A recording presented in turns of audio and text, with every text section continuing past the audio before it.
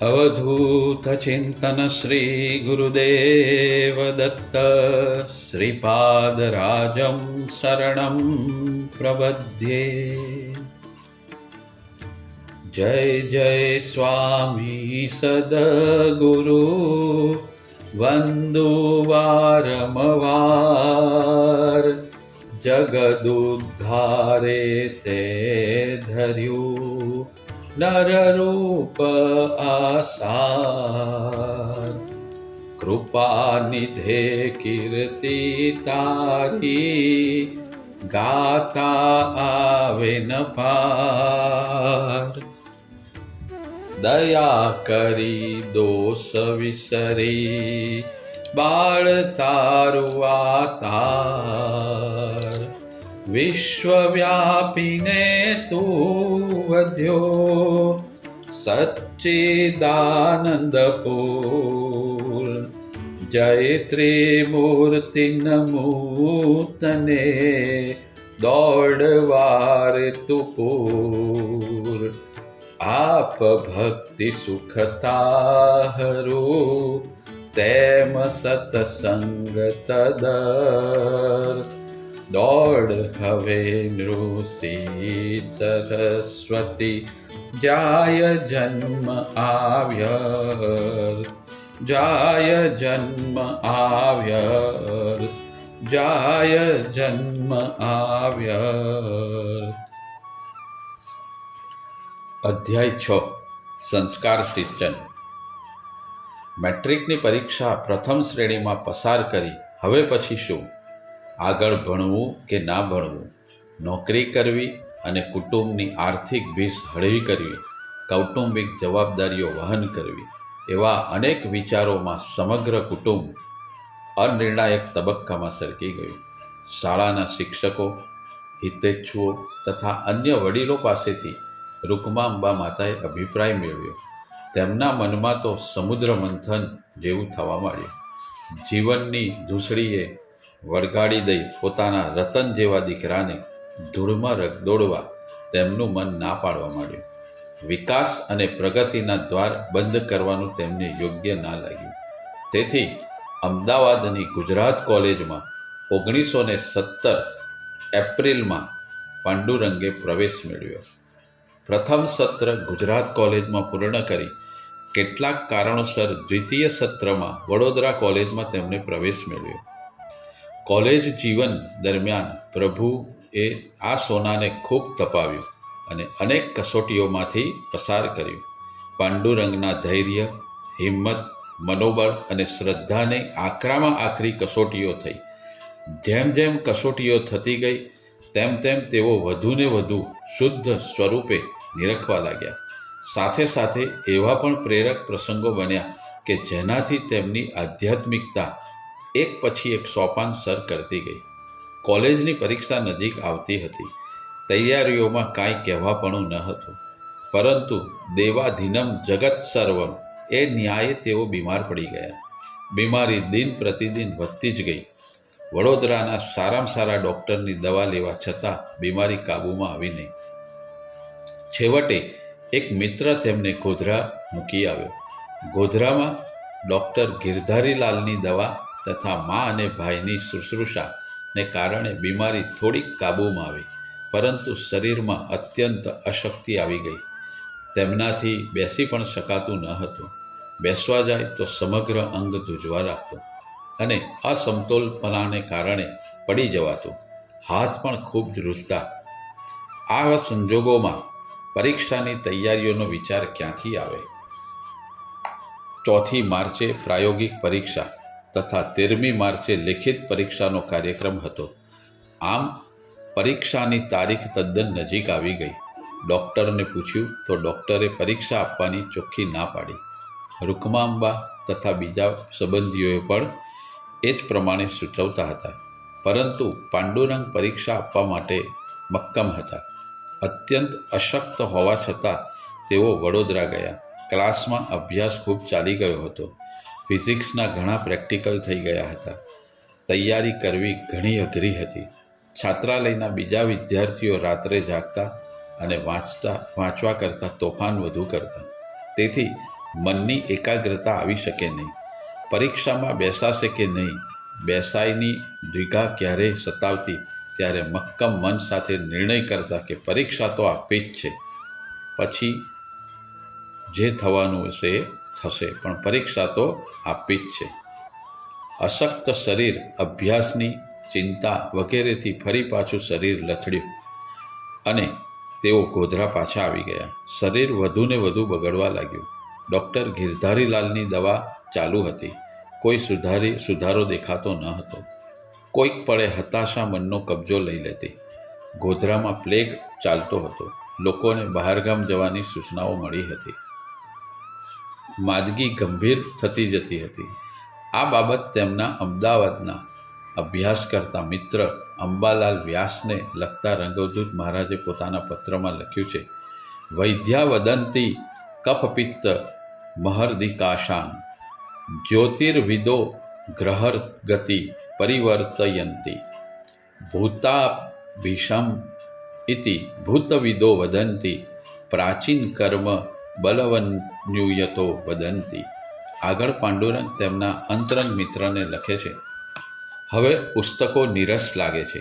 એકાંત અધિક પ્રિય થઈ પડ્યું છે. કુદરતની લીલા હૃદય ખેંચે છે. રંગબેરંગી પક્ષીઓના મધુર નાદ, વહેતી નદીઓના કલખલ ધ્વનિ, વિમળ આકાશમાં ઝબૂકતા નિર્મળ તારલાઓ વગેરે નૈસર્ગિક ચીજો જોઈ મને આહલાદક લાગે છે. પાંડુરંગ અત્યંત અસ્વસ્થ હોવા છતાં પરીક્ષા આપવા માટે કૃત નિશ્ચયી હતા.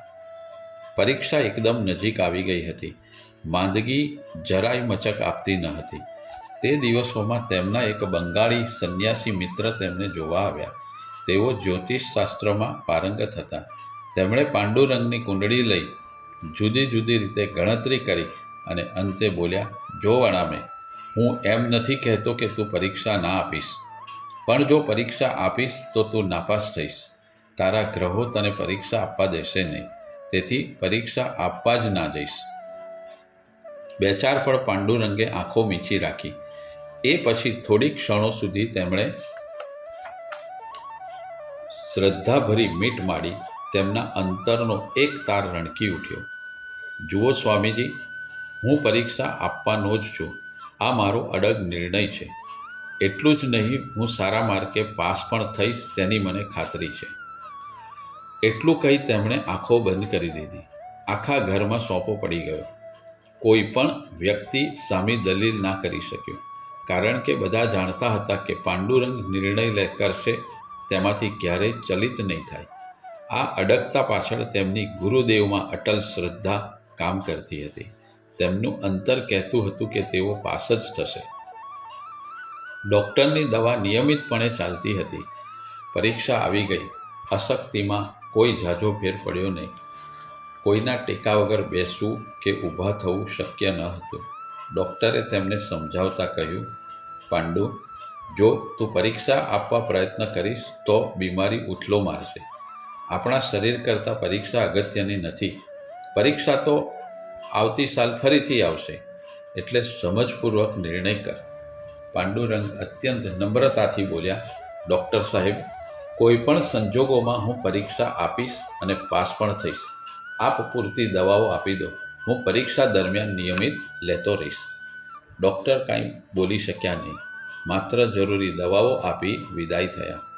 પરીક્ષા આપવા બીજે દિવસે સવારે નીકળવાનું હતું. રૂકમા અંબાએ વિશ્વનાથને કહ્યું: વિશ્વનાથ, જો બાબુજી જે ચડ્યો છે તે કોઈનું પણ માનશે નહીં. તું એની સાથે જા, એનું બરાબર ધ્યાન રાખજે. બીજે દિવસે સવારે ઘોડાગાડી આવી ગઈ. વિશ્વનાથે બિસ્તરો, પુસ્તકોની પેટી અને બીજો સામાન ઘોડાગાડીમાં મૂક્યો. પછી 2-3 જણે મળી પાંડુરંગને ટેકો આપી ઘોડાગાડીમાં બેસાડ્યા. પછી વિશ્વનાથ બોલ્યા: કાકી, બાબુની બિલકુલ ચિંતા કરશો નહીં. પરીક્ષા પૂરી થશે ત્યાં સુધી હું કોલેજના મેદાનમાં બેસી રહીશ. તેનું બરાબર ધ્યાન આપીશ. ગાડીવાન ગાડી ચાલુ કરે તે પહેલાં તો પેલા બંગાળી સ્વામી જ્યોતિષી સામા આવ્યા.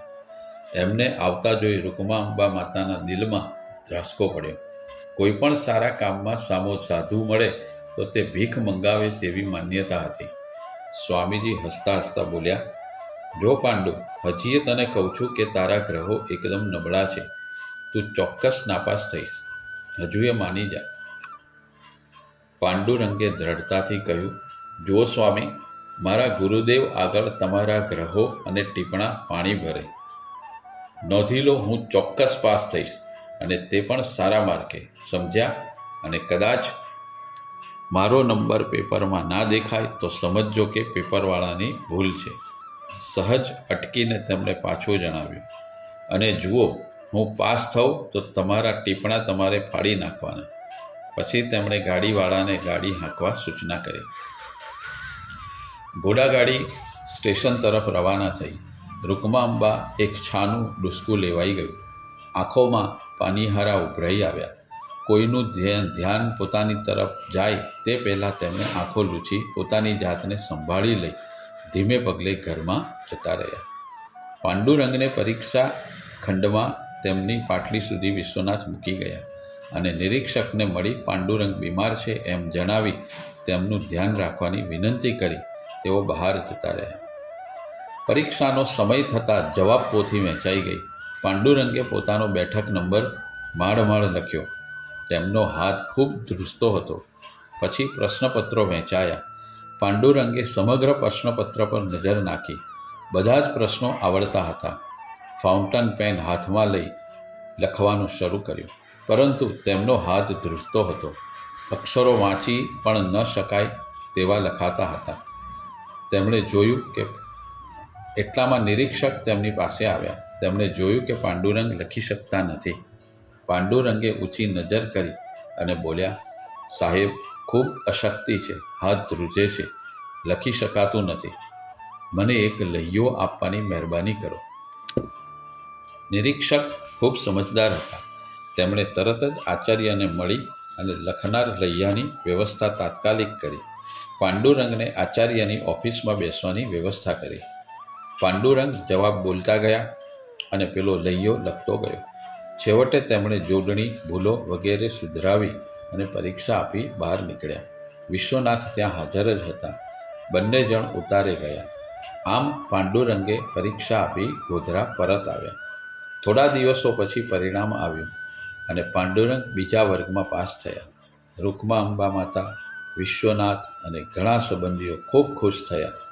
સ્વામી પણ ખેલદિલીપૂર્વક તેમને મળવા આવ્યા અને હસતા હસતા અંતરપૂર્વકના અભિનંદન આપ્યા. ગુરુદેવ પરની અટલ શ્રદ્ધા, અફર નિર્ણય અને અડગ વિશ્વાસ સાધનાના પથના ઉચ્ચ સોપાન સર કરવામાં અત્યંત નિર્ણાયક બને છે. પ્રથમ વર્ષ હિંમતથી પસાર કરી પાંડુરંગ ઇન્ટરમાં આવ્યા. વેકેશન ગોધરામાં પસાર કરી ત્યાંની ઇતર પ્રવૃત્તિઓમાં પ્રવૃત્ત રહ્યા. હવે તબિયત સારી થઈ ગઈ હતી. ઇન્ટરના વર્ગની ફી ભરવા તેઓ વડોદરા ગયા. છાત્રાલયમાં અરજી કરી પણ પ્રવેશ ના મળ્યો. બહાર ગામના વિદ્યાર્થીઓને પ્રવેશ આપવો તેવો વણલખ્યો નિયમ હતો. છાત્રાલયમાં પ્રવેશ માટે લાગવગ ખૂબ કામ કરતી. શહેરમાં ક્યાંક રૂમ રાખવાનું ખૂબ મોંઘું પડે. કદાચ 2-4 સહાધ્યાયીઓ ભેગા મળી રૂમ લે તો પણ સારો સહાધ્યાયી મળવો મુશ્કેલ હતો.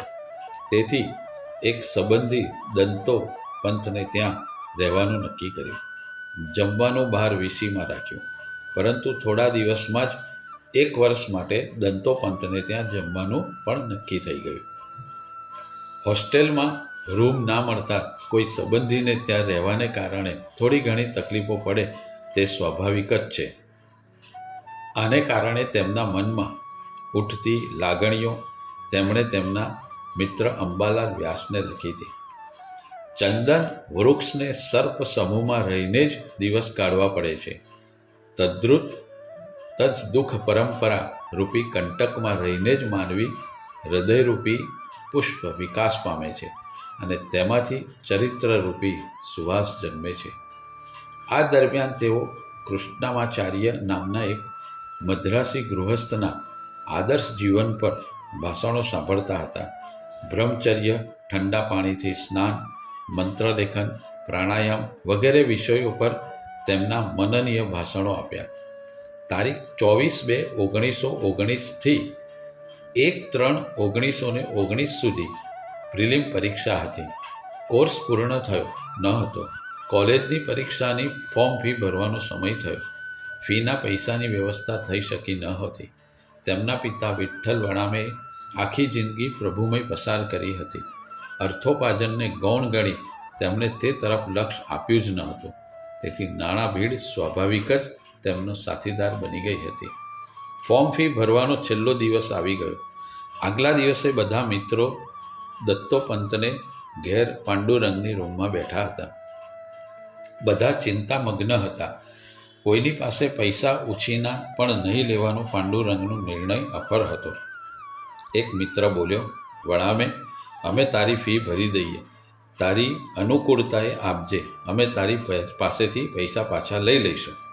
પાંડુરંગ કહે, હું કોઈ પણ સંજોગોમાં ઉછીના પૈસા લેવાનો નથી. બીજા એક મિત્રએ જણાવ્યું, આપણે ત્યાં વડોદરામાં ઘણી બધી સંસ્થાઓ છે, ત્યાંથી તું સ્કોલરશીપ લે, તેમાં તો વાંધો નથી ને. એક સંસ્થા છે તેની પાસે તાત્કાલિક ગોઠવણ થઈ શકે તેમ છે. પરંતુ વણામે સ્પષ્ટ ના પાડી દીધી. મિત્રોને ક્યાં ખબર હતી કે આ તો બધાથી મુઠ્ઠી ઉછેરો માનવી છે. તેઓ ક્યાં જાણતા હતા કે આ તો અલખનો આરાધક છે. અલખ પાસે પૂરતું કામ કરાયા વગર તે યાચના ના કરે તો કોઈ મનુષ્ય પાસે તો માગે જ શાના. પાંડુરંગ સુપેર જાણતા હતા કે આપો એમ કહેવાથી પુરસ્થ પંચદેવતા શ્રી ધી હિ ધૃતિ કીર્તિ આપોઆપ વહી જતા. આમ ઘણા બધા સૂચનો થયા, પણ પાંડુરંગ પોતાના નિર્ણયમાં અફર રહ્યા.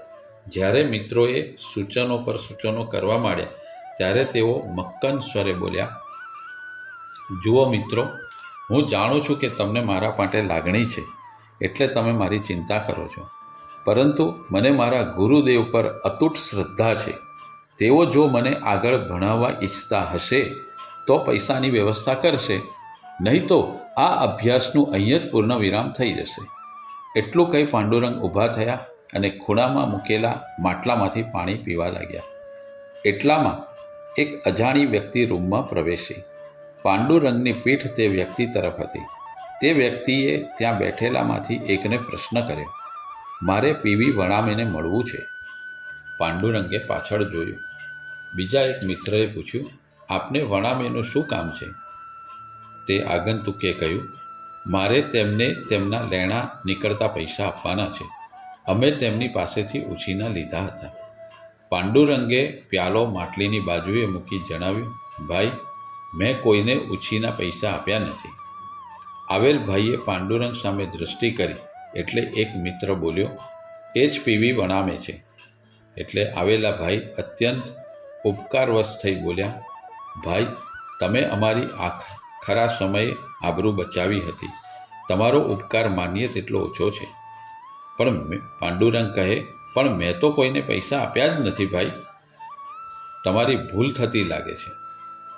એક મિત્ર ખાટલામાંથી ઊભો થઈ ગયો અને તેણે આવનાર ભાઈને બેસાડ્યા. આવેલ ભાઈ કહી રહ્યા હતા, ઘણા વર્ષો પહેલાં અમારી આર્થિક સ્થિતિ ખૂબ ઘસાઈ ગઈ હતી. હાથ અને દાંતને વેર થઈ ગયેલું. સમાજમાં અમારી આબરૂ તળિયે બેસી ગઈ હતી. અમે અમારા ઘણા સગા સંબંધીઓ મિત્રો પાસે આર્થિક મદદ માટે ગયા હતા, પણ ત્યારે ક્યાંયથી દાદ મળેલી નહીં. તે સમયે આપના માતૃશ્રીએ તેમણે તેમની જિંદગીભરની બચત રૂપે સાચવી રાખેલા ₹300 મારા પિતાશ્રીને આપ્યા હતા. આ પછી અમારી સ્થિતિમાં કોઈ સુધાર ન થતાં અમે સમયસર પૈસા આપી શક્યા ન હતા. એકાદ બે પળનો વિશ્રામ લીધો. એક મિત્ર ઊભો થયો અને તેણે તેમને પાણી આપ્યું. પછી એ ભાઈ બોલ્યા, અમારી જાણમાં આવ્યું હતું કે કેટલીક વ્યક્તિઓએ તમારા માતૃશ્રીને અમારી સામે કોર્ટમાં દાવો કરવા પણ દબાણ કર્યું હતું, પરંતુ આપના માતૃશ્રીએ સ્પષ્ટ ના પાડી દીધી હતી. હમણાં થોડા પૈસા દિવસ પહેલાં જ મારા પિતાશ્રીનું નિધન થયું. મૃત્યુ સમયે તેઓ ખૂબ અકળાતા હતા, મૂંઝારો અનુભવતા હતા, જીવ જતો ન હતો, તેથી તેઓ ખૂબ દુઃખી હતા.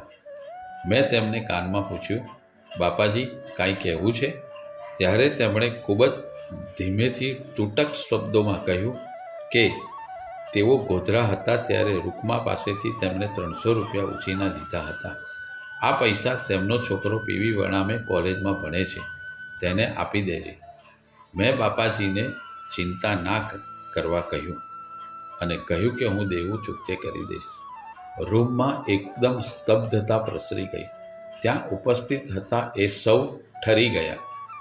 પછી પેલા ભાઈ આગળ બોલ્યા, જુઓ વણામે, હમણાં મારાથી માત્ર 150 રૂપિયાની વ્યવસ્થા થઈ છે, તે તમને આપું છું. બાકીના પૈસા વ્યાજ સાથે હું તમને ચૂકતે કરી દઈશ. પાંડુરંગ બોલ્યા, જુઓ ભાઈ, આ પૈસા ભગવાને મોકલ્યા છે. પૈસા તમે આપવા આવ્યા તે જ તમારી સજ્જનતા છે. તમે જેટલા લાવ્યા છો તેટલા આપો, બાકીના પૈસાનો ઉજાગરો ના રાખશો. એ પૈસા મને પહોંચી ગયા સમજો. કદાચ બાકીના પૈસા આપવા આવો તોય વ્યાજની પરોજણમાં પડશો જ નહીં. મને વ્યાજમાં સમજણ પડતી નથી. આટલો કંઈ પૈસા ખિસ્સામાં મૂકી તેમણે આવેલા ભાઈને સન્માનપૂર્વક વિદાય કર્યા. બધા જ મિત્રો આભા બની ગયા. તેમને આ ચમત્કાર લાગ્યો. વણામે માટે તેમને ખૂબ અહોભાવ ઉત્પન્ન થયો. અત્યંત નિસ્પૃહી, નિર્લોભી, ગુરુચરણમાં સર્વસ્વનું સ્વાર્પણ, કોઈપણ પરિસ્થિતિમાં ગુરુદેવ પર અટલ શ્રદ્ધા એ ઉત્તમ સાધકના લક્ષણ છે, આભૂષણ છે. કોલેજના અભ્યાસની સાથે સાથે યોગાભ્યાસ અને આંતરિક સાધના અવિરત ચાલ્યા કરતી હતી. તેમની સાધનામાં ખલેલ ના પડે તે માટે તેઓ હંમેશા પડદા પાછળ જ કામ કરતા, જાહેરમાં આવવાનું ટાળતા અને પ્રસિદ્ધિથી સદંતર દૂર રહેવા પ્રયત્ન કરતા. એક વખત વડોદરામાં યુવા સંમેલન ભરાયું. સંમેલનના આયોજનમાં તેમણે પડદા પાછળ રહીને ઘણું બધું માર્ગદર્શન આપ્યું. મિત્રોના અત્યંત દબાણ છતાં તેમણે સ્ટેજ પર જવાનું ટાળ્યું. સમારંભના પ્રમુખ તરીકે તે વખતના ન્યાયાધીશ મિસ્ટર મેકેન્ઝી હતા. કાર્યક્રમ ચાલુ થયો. એક પછી એક ઠરાવો મુકાતા ગયા. દરેક ઠરાવમાં પીવી વણામેનું સૂચન વારે ઘડીએ થતું અને તેઓ દરેક વખતે સ્પષ્ટ ના પાડે. મિસ્ટર મેકેન્ઝીને થયું કે આ છોકરાનું નામ વારે ઘડીએ સૂચવાય છે, એટલે આને જોવો તો જોઈએ. એટલે તેમણે વણામેને સામેથી વિનંતી કરી. પાંડુરંગે છેક છેલ્લે આભાર વિધિ કરવાની હા પાડી. છોકરાઓએ આ વાત તાળીઓના ગડગડાટ સાથે વધાવી લીધી. સમય આવતા તેઓ આભાર માનવા ઊભા થયા. જેવા સ્ટેજ પર ગયા કે ફરીથી હોલ તાળીઓના ગડગડાટથી ગાજી ઉઠ્યો. કેટલાક યુવાનોએ ફરમાઈશ કરવા માંડી કે અંગ્રેજીમાં બોલો, કેટલાક કહે ગુજરાતીમાં બોલો. છેવટે અંગ્રેજીમાં બોલવાનું નક્કી થયું. પાંડુરંગે એકદમ મુદ્દાસર અને છણાવટ ભાષણ આપ્યું. તેમની ભાષા પરના પ્રભુત્વથી તથા વિચારોની ક્રમબદ્ધ રજૂઆત અને વિષયની યોગ્ય છણાવટથી મિસ્ટર મેકેન્ઝી ખૂબ ખુશ થયા. તેમણે તેમના સમાપન ભાષણમાં પાંડુરંગના વખાણ કર્યા. સને 1919ના જૂન માસમાં તેઓ જુનિયરમાં આવી ગયા. છાત્રાલયમાં આ વખતે તેમને પ્રવેશ મળ્યો, તેથી હોસ્ટેલમાં રહેવા લાગ્યા. નેતાગીરીથી હંમેશા દૂર રહેવા છતાં વિદ્યાર્થીઓ તેમને ઘણી વખત આગળ કરતા. એક વખત કામ હાથ પર લઈ લે પછી કોઈના કહેવાની રાહ જોયા વગર પૂર્ણ કરે ત્યારે જ જંપે અને જ્યારે કોઈ અન્યાયની સામે લડત આપવાની હોય ત્યારે પૂરી તાકાતથી મુકાબલો કરે. એક વખત સાંજના સમયે કોલેજના મેદાનમાં વિદ્યાર્થીઓ ક્રિકેટ રમતા હતા. તે સમયે એક લશ્કરી અધિકારી ત્યાંથી ફરવા જતા હતા. તેના હાથમાં નેતરની સોટી હતી. તેઓ સોટી હાથમાં વીંચતા ચાલતા હતા. આમ કરતાં એ સોટી 2-3 છોકરાઓને વાગી, એટલે થોડા છોકરાઓએ તેમને ટોક્યા. પરંતુ આ તો લશ્કરી અધિકારી, એમને કશું કહેવાય જ કેમ? તેમનો ગુસ્સો 7મા આસમાને પહોંચી ગયો. તેમણે બધા છોકરાઓને સટાસટ સોટી મારવા માંડી. બધા વિદ્યાર્થીઓ વેરવિખેર થઈ ગયા. પેલો અધિકારી ગાળો બોલતો બોલતો જતો રહ્યો. છોકરાઓમાં ખૂબ ઉહાપો મચી ગયો.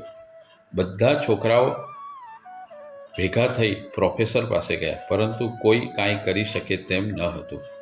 બધા છોકરાઓ હોસ્ટેલ પર આવ્યા. તેઓ વણામેને મળ્યા. સઘળી હકીકત તેમણે જણાવી. હકીકત બરાબર સાંભળ્યા પછી વડામે બોલ્યા, કોઈ પણ સંજોગોમાં આ અધિકારીનું જો હુકમીપણું વર્તન આપણે સહી શકીએ નહીં. આવો આપણે સખત વિરોધ કરવો પડશે. પરંતુ એક વાત સમજી લેવી પડશે કે આપણે બધાએ એક થઈને લડત આપવી પડશે. આપણામાં ભંગાણ પડશે કે મતાંતર થશે તો લડત સારું પરિણામ નહીં આપી શકે. બધા છોકરાઓ સંગઠિત રહેવા સંમત થયા. પછી વણામે બોલ્યા, તો જુઓ, આનું અમુક શસ્ત્ર છે હડતાલ. એક નિર્ણય કરી લો. આપણે કાલથી કોલેજમાં જવાનું નથી. એક પણ વિદ્યાર્થી કોલેજમાં જાય નહીં તે જોવાની દરેકની ફરજ છે. રોજ સવારે કોલેજના ગ્રાઉન્ડમાં ભેગા થવાનું, શિસ્તબદ્ધ ઊભા રહી પ્રાર્થના કરવાની અને ત્યાર પછી કોલેજના દરવાજાની સામે મૌન બેસી રહી હાથમાં બેનર ઊભા રાખવાના. કોઈ પ્રકારના સૂત્રો ઉચ્ચારવાના નહીં. તોડફોડ સહેજ પણ કરવાની નહીં. 1 કલાક કોલેજના દરવાજા આગળ બેસી આખાય વડોદરામાં મૌન શિસ્તબદ્ધ સરઘસ કાઢવાનું. ત્યાર પછી તેમણે 10-10ની ટુકડીઓ પાડી દીધી. કેટલાકને પોસ્ટર લખવાનું કામ સોંપ્યું, કેટલાકને ગેરહાજર રહેલા વિદ્યાર્થીઓને ખબર આપવાનું કામ સોંપ્યું. તૈયાર પોસ્ટરો રાતે આખા વડોદરામાં ચોંટાડવાનું કામ બીજી ટુકડીઓને આપ્યું. આખી રાત વિદ્યાર્થીઓ કાર્યરત રહ્યા. સમગ્ર વડોદરામાં પોસ્ટરો ભીતો પર લાગી ગયા. રાતમાં તો આખા શહેરનું વાતાવરણ પલટાઈ ગયું. બધા જ વિદ્યાર્થી સવારના 8 વાગે સમયસર કોલેજના ગ્રાઉન્ડ પર હાજર થઈ ગયા. બધા આવી ગયા એટલે વણામે કોલેજના ઓટલા પર ચડી ગયા અને બધાને જરૂરી સૂચના આપવા માંડી.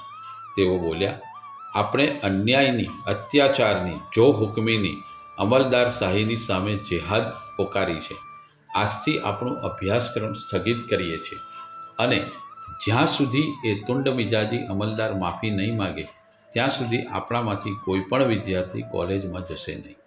બધાએ આ વાતને તાળીઓના ગડગડાટથી વધાવી લીધી. પછી પાંડુરંગ બોલ્યા, કોલેજ આપણું વિદ્યા મંદિર છે. આપણે અહીં માં સરસ્વતીની આરાધના કરવા આવ્યા છીએ. તેનું ગૌરવ જાળવવાનું છે. આપણે દરવાજા આગળ બેસી શિસ્તબદ્ધ વિરોધ કરવાનો છે અને લડત આપવાની છે. કોલેજમાં અગર તો બહાર ક્યાંય પણ સહેજ પણ તોફાન કરવાનું નથી. સૌથી પહેલાં આપણે પ્રાર્થના કરવાની છે. તેમાં સૌને સદબુદ્ધિ આપવા માટે આપણે પ્રભુને વિનવીશું. પછી આપ સૌ દરવાજા આગળ પોસ્ટરો હાથમાં લઈ બેસી જશો. અમે 4 વિદ્યાર્થીઓ પ્રિન્સિપાલ સાહેબને મળવા જઈશું અને હકીકત વાતથી વાકેફ કરી લેખિત નિવેદન આપીશું. આટલું કહી પાંડુરંગ નીચે ઉતરી ગયા. બધા વિદ્યાર્થીઓ દરવાજા સામે મુખ રાખી ઊભા રહ્યા અને સમૂહ પ્રાર્થના કરી. ત્યાર પછી વણામે અને બીજા 3 આગેવાન વિદ્યાર્થીઓ પ્રિન્સિપાલ સાહેબની કેબિનમાં ગયા. વણામે ખૂબ વ્યવસ્થિત રીતે રજૂઆત કરી. બહારની હાલચાલ અને શહેરના વાતાવરણ પરથી પ્રિન્સિપાલ સાહેબને અણસાર તો આવી જ ગયો હતો. તેથી વિદ્યાર્થીઓની વાત સહાનુભૂતિપૂર્વક સાંભળી અને પછી બોલ્યા, જુઓ વડામે, તમારી વાતમાં મને વજૂદ દેખાય છે. મારી સહાનુભૂતિ તમારી સાથે છે. હમણાં 1-8 કલાકમાં હું મુંબઈ જવા નીકળું છું. ત્યાં 8-10 દિવસ રોકાવાનું થશે. તમને હું વચન આપું છું કે તમારી લડત કોલેજની લડત બની રહેશે. તમારી સાથે હું રહીશ. મારી વિનંતી છે કે તમે હડતાલ સંકેલી લો. જરા પણ આનાકાની કર્યા વગર વણામે બોલ્યા, સાહેબ, આપના વચન ઉપર વિશ્વાસ રાખી અમે હડતાલ પાછી ખેંચીએ છીએ. અમને શ્રદ્ધા છે કે આપ પાછા આવશો ત્યારે સૌથી પહેલું આ જ કામ હાથ પર લેશો. પ્રિન્સિપાલ સાહેબ મીઠું મલક્યા અને તેમણે મસ્તક હલાવ્યું. વિદ્યાર્થીઓ કેબિનની બહાર નીકળી ગયા. કોલેજની બહાર આવી આખી પરિસ્થિતિ જણાવી અને સંબોધન કર્યું. પાંડુરંગ બોલ્યા, જ્યારે પ્રિન્સિપાલ સાહેબ જાતે એમ કહે કે તમારી લડત એ કોલેજની લડત થઈ જશે ત્યારે આપણે પ્રતિભાવ એવો જ હોવો જોઈએ જેથી પ્રિન્સિપાલ સાહેબ વડોદરા છોડીને જાય તો પણ તેમને અહીંની ચિંતા ના રહે. આપણે તેમના માન ખાતર તેઓ પાછા આવે ત્યાં સુધી હડતાલ મોકૂફ રાખીએ છીએ. જો તેઓ આપેલા વચનમાંથી ચલિત થશે તો આપણું શસ્ત્ર બૂઠું થઈ ગયું નથી. આપણે ફરીથી હડતાલ પાડીશું અને ખૂબ જોરદાર લડત આપીશું. બધા વિદ્યાર્થીઓ સંમત થયા અને હડતાલ સમેટી લઈ બધા પોતપોતાના વર્ગમાં ગયા. થોડા દિવસો પછી પ્રિન્સિપાલ સાહેબ પાછા આવી ગયા. વણામે તથા બીજા આગેવાન વિદ્યાર્થીઓ તેમને મળવા ગયા. વણામેએ પૂછ્યું, સાહેબ, પેલા તુંડ મિજાજી લશ્કરી અધિકારી માટે આપણે શું કરીશું? પ્રિન્સિપાલ સાહેબે પૂછ્યું, વણામે, તમે સ્પષ્ટ કહો કે તમે તેના તરફથી કઈ અપેક્ષા રાખો છો? વણામેએ કહ્યું, જુઓ સાહેબ, વધુ કાંઈ નહીં, બસ તેઓ લેખિતમાં માફી માગે અને તે આપણા નોટિસ બોર્ડ પર મૂકીએ, બસ આથી વિશેષ કાંઈ નહીં. પ્રિન્સિપાલ મલકાયા અને બોલ્યા, ચિંતા ના કરશો, હું વ્યવસ્થા કરું છું. પ્રિન્સિપાલે ચીફ લશ્કરી અધિકારીને પત્ર લખ્યો અને તેમાં બધી વિગત જણાવી. પરિણામે પેલા અધિકારીએ લેખિત માફી માગી અને તે કોલેજના નોટિસ બોર્ડ પર મૂકી. જેમ જેમ સમય વીતવા લાગ્યો તેમ તેમ પ્રભુને પામવાની તાલાવેલી વધવા લાગી. આધ્યાત્મિક માર્ગમાં પ્રગતિ કરવા માટે તેઓ સંત મહંતોના સત્સંગનો મોકો ક્યારેય જવા ન દેતા. તેમની કોલેજમાં તેમના સહઅધ્યાયી અને મિત્ર દત્તાત્રેય સરપોતદાર વણામેની આધ્યાત્મિક અને તેના માટેની અભિરુચિથી પરિચિત હતા. વણામે પાસે કોઈ પણ વખત ચર્ચા થતી ત્યારે તેમના તલસ્પર્શી આધ્યાત્મિક જ્ઞાનથી તેઓ પ્રભાવિત થતા. એક વખત તેમણે વણામેને કહ્યું, વણામે, હું મારા ગુરુદેવના દર્શને ઘણીવાર જાઉં છું. મને એમ થાય છે કે તું પણ મારા ગુરુના દર્શન કર. તેઓ ખૂબ જ ઊંચી ભૂમિકા પર પહોંચેલા સંત છે. વણામે કહે, ચોક્કસ આવીશ. બોલ, ક્યારે જવું છે? આનો ચોક્કસ જવાબ આપવાને બદલે દત્તાત્રેય જાણે સ્પષ્ટતા કરતા હોય તેમ બોલ્યા, આમ તો તેઓ ગૃહસ્થી છે, પોતાના પેન્શન અને બીજી થોડી મિલકત ઉપર ગુજારો કરે છે. બધા તેમને ભગવાન કહે છે. પછી તે આગળ બોલ્યો, અમુક સમય બાદ કરતાં બધો જ સમય બ્રહ્મચિંતનમાં ગાળે છે. એકાદ વિરક્ત છે, એકદમ વિરક્ત છે. તમને ખૂબ મજા આવશે. પાંડુરંગ બોલ્યા, હું આવીશ જ. બોલ, ક્યારે જવું છે? મિત્ર બોલ્યો, કાલે સાંજે જઈશું, તું મારે ઘરે આવી જજે. બીજા દિવસે દત્તાત્રેય પાસે વણામે ભગવાનના દર્શન કરવા ગયા. દત્તાત્રેય પાદસ્પર્શ કરી અને બાજુ પર બેસી ગયો. પાંડુરંગ ધીમે પગલે ભગવાન પાસે ગયા. બંનેની આંખો મળી ના મળી અને પાદસ્પર્શ માટે તેઓ નીચા નમે. ભગવાને તેમને ખભેથી પકડી ઊંચા કર્યા અને માત્ર 2 પળ માટે વણામેની આંખોમાં જોયું. બે ચાર આંખો મળી અને શું વાતો કરી એ પ્રભુ જાણે. પાંડુરંગ ધીમે પગલે પાછા જઈ દત્તાત્રેય પાસે બેસી ગયા. બીજા ઘણા ભક્તો આવેલા. ભક્તો પ્રશ્નો કરતા અને ભગવાન તેનો ઉત્તર આપતા. આમ ભગવાનના દર્શનનો અને સત્સંગનો લાભ અવારનવાર તેઓ લેવા લાગ્યા. પાંડુરંગ ક્યારેય પ્રશ્ન પૂછતા નહીં. તેઓ આંખ, કાન અને મગજ ખુલ્લું રાખીને મોં બંધ રાખતા. એક વખત નંદકિશોર નામનો છોકરો, જે હંમેશા પ્રશ્નો પૂછ્યા કરતો હતો, તેને ભગવાને કહ્યું, તમે કાલે સવારે 4 વાગે આવજો, તમને ધ્યાન શીખવાડીશ.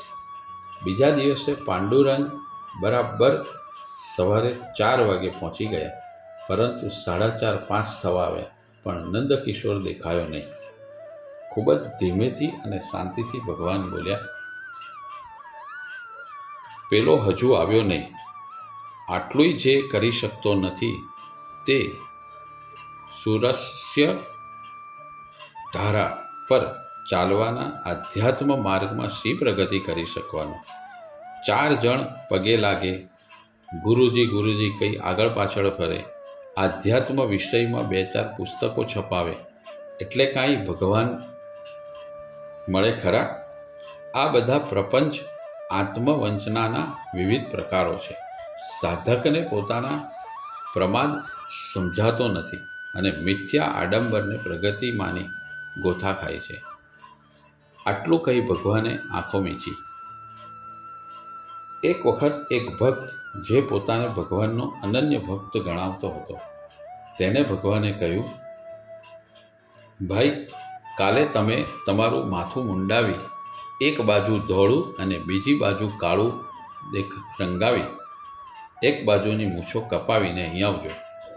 પેલો ભક્ત ગૂંચવાઈ ગયો, કાંઈ બોલી ના શક્યો, પણ તેના મોંના ભાવથી નક્કી થઈ ગયું કે તે તેનાથી કંઈ કરી શકે નહીં. ભગવાને આંખો મીચી, 2-4 પળ બંધ રાખી, પછી આંખો ખોલી વણામે ઊભા થયા અને બોલ્યા, આપ આજ્ઞા આપો તો હું આપના કહ્યા પ્રમાણે કરું અને કહો ત્યારે હાજર થાઉં. સહેજ સ્મિત કરી ભગવાન બોલ્યા, તું તો ઘણો આગળ નીકળી ગયેલો છે, તારે તેની જરૂર નથી. પછી સામે બેઠેલા ભક્તોને ઉદ્દેશીને તેમણે કહ્યું, આધ્યાત્મ માર્ગના પ્રવાસીઓમાં દેહભાવનો સદંતર લોપ થવો જોઈએ. નાહમ દેહમ, હું દેહ નથી ની ભાવનાથી તે તદ્રુપ થઈ ગયેલો હોવો જોઈએ. હું કેવો દેખાઈશ, કોઈ શું કહેશે, એવો ભાવ ક્યારેય આવવો જોઈએ નહીં. તેને એક જ વિચાર આવવો જોઈએ કે જો હું આમ કરીશ તો પ્રભુને ગમશે કે નહીં ગમે. એક વખત ઘણા ઓછા ભક્તો ભગવાન સમક્ષ બેઠા હતા. વાતમાં તેમણે પાંડુરંગને પૂછ્યું, તમે પ્રાકૃત વાંચો છો? પ્રણામીની આંખમાં ચમક આવી ગઈ, થોડા ટટ્ટાર થઈ ગયા અને માથું ઊંચું કરી બોલ્યા, ભગવાન, જે સંસ્કૃત ના જાણે તેને પ્રાકૃત વાંચવું પડે, જે થડને જ પકડે તેને ડાળીઓ સુધી જવાની ક્યાં જરૂર છે? પાંડુરંગના અવાજમાં સંસ્કૃત જાણતા હોવાની અહમભાવનો ટંકાર ટપકતો હતો. 2-3 પણ ભગવાન કાંઈ બોલ્યા નહીં. પછી ધીમેથી બોલ્યા, બેટા, હું જાણું છું, હું આનો પંડિત છું. એ પણ અભિમાન છે. મનુષ્યના મનમાં તલમાત્ર પણ અહમભાવ હોય તો તે આધ્યાત્મિક પ્રગતિ માટે વિઘ્નકર્તા બને છે. મને એમ લાગે છે તારું મિથ્યા અભિમાન દૂર કરવા તું પ્રાકૃત વાંચ. પાંડુરંગ અત્યંત શરમાઈ ગયા. તેમની દ્રષ્ટિ જમીન સાંસરવી ઉતરી ગઈ. પોતાના અહમભાવ માટે દુઃખ થયું. પાંડુરંગે તાત્કાલિક નક્કી કરી લીધું કે હવે 5 વર્ષ સુધી સંસ્કૃતને સ્પર્શ કરવો નથી અને માત્ર પ્રાકૃત ભાષા સાહિત્ય જ વાંચવું. તેમણે પ્રાકૃત ભાષામાં લખાયેલા ઘણા ગ્રંથો જોવા મળ્યા. તેમને પ્રતીતિ થઈ કે પ્રાકૃત સાહિત્ય પણ વેદોના જ્ઞાનથી ભરેલું છે. પાંડુરંગની રહેણીકરણી અત્યંત સાદી અને નિયમિત હતી. રાત્રે સમયસર વહેલા સૂઈ જાય અને મધરાતે 2 વાગે જાગી જાય. નિત્યક્રમ પરવારી ધ્યાન, આસન, પ્રાણાયામ આદિ કરી દંડ બેઠક વગેરે કરે. આટલા નિયમિત વ્યાયામ છતાંય શરીર બરાબર રહેતું જ નહીં. તેથી તેમણે એક સારા વૈદ્યને બતાવ્યું. વૈદ્યરાજે તેમને કહ્યું, ક્યાં તો એકલા આસન કરો અથવા એકલા દંડ બેઠક કરો, બંને સાથે ના ભેળવો. તેની સૂચના આપી. પાંડુરંગે યોગાસન, પ્રાણાયામ આદિ ચાલુ રાખ્યા. પરિણામે શરીરમાં સ્વસ્થતા આવી. આ સાથે તેમની સાધના અખંડ તૈલ ધારવત ચાલ્યા જ કરતી. રામ નામનો જાપ અહર્નિશ ચાલુ જ હતો. રોજ મંદિરે દર્શન, શનિવારે રામ નામ લખેલો કાગળ હનુમાનજી સમક્ષ મૂકવાનો, પોથીનું નિયમિત પાઠ કરવાનો વગેરે કોઈ પણ જાતના અંતરાય વિના અવિરત ચાલુ હતા. તેમની રૂમમાં સાથે રહેતા તેમના સહઅધ્યાયી શ્રી જીવણલાલ પરીખ તેમનાથી ખૂબ પ્રભાવિત થઈ ગયેલા. તેઓ કહેતા કે જ્યારે બધા જાગતા હોય ત્યારે વણામે સૂઈ જાય અને જ્યારે બધા ઊંઘતા હોય ત્યારે તે જાગી જાય. વહેલા ઉઠી પોતાની રોજિંદી દિનચર્યા પરવારીને જ્યારે સૂર્યોદય થાય ત્યારે મને ઉઠાડતા કહે, પરીખ સાહેબ, અરે પાર્ટનર, ઉઠો ઉઠો, સૂર્યનારાયણ તમારા દર્શન વગર તડપી રહ્યા છે, ચાલો ઉઠો, એમને દર્શન આપો. ઈસવીસન 1920ના અરસામાં કાકા સાહેબ કાલેલકરને રાજર્ષિ ભર્તુહરિના ત્રણેય શતકોમાંથી ઉત્તમ શ્લોકો ટાંકી વિદ્યાર્થીઓનું જ્ઞાન વધે, આત્મસન્માન ખીલે, ઉચ્ચ વિચારસરણી આવે, સુસંસ્કાર પ્રાપ્ત કરે અને ખંતથી કાર્ય કરવાની ભાવના થાય, નિરર્થક તૃષ્ણાનો ત્યાગ કરી સંતોષી જીવન જીવે તે માટે નાનો સરખો સંગ્રહ કરવાનો વિચાર આવ્યો. જ્યારે તેઓ સૌ પ્રથમ આઝાદીના ચળવળ નિમિત્તે કારાવાસમાં ગયા ત્યારે તેમણે ભર્તુહરિના ત્રણેય શતકોમાંથી 108 શ્લોકો છૂટી કાઢી તેનું નામ સદબોધ શતક આપ્યું. કાકા સાહેબ પાંડુરંગને એક અત્યંત તેજસ્વી વિદ્યાર્થી તરીકે જાણતા હતા, તેથી તેમણે તેમને બોલાવી સદબોધ શતકના શ્લોકોને સરળતાથી સમજાવી તેમાં અભિપ્રેત બોધ તત્વ, ભાષા કૌશલ અને નીતિપૂર્ણ જીવન જીવવા માટેનું માર્ગદર્શનને ઉપસાવી સંસ્કૃતમાં ટીકા લખવાનું કામ સોંપ્યું. પાંડુરંગે એ કામ ખૂબ જ ચીવટથી કર્યું. તેમણે જુદા જુદા ગ્રંથોના ટાંચણો, શ્લોકો અને તેમના સંદર્ભમાં ઉદાહરણોના સહયોગથી ખૂબ જ સુંદર ટીકા લખી અને તેનું નામ બાલબોધિની આપ્યું. બાલબોધિનીમાં તેમણે લગભગ 150થી વધુ શ્લોકો ઉદાહરણ તરીકે લીધા અને તેના વડે મૂળ શ્લોકને અત્યંત રુચિકર બનાવી દીધા. આમ પોતાના સંસ્કૃત પરનું જ્ઞાન ખૂબ જ ભગવાને આગળ વધાર્યું. દરેક શ્લોકોની અંદર જે ગૂઢાર્થ રહેલો છે તેને યોગ્ય ઉદાહરણ દ્વારા પણ પૂજ્ય રંગવદૂત મહારાજે ખૂબ જ સુંદરપૂર્વક તે સમજાવ્યું. અવધૂત ચિંતન શ્રી ગુરુદેવ દત્ત, શ્રીપાદરાજમ શરણમ પ્રબધ્યે. અધ્યાય 6 સમાપ્ત.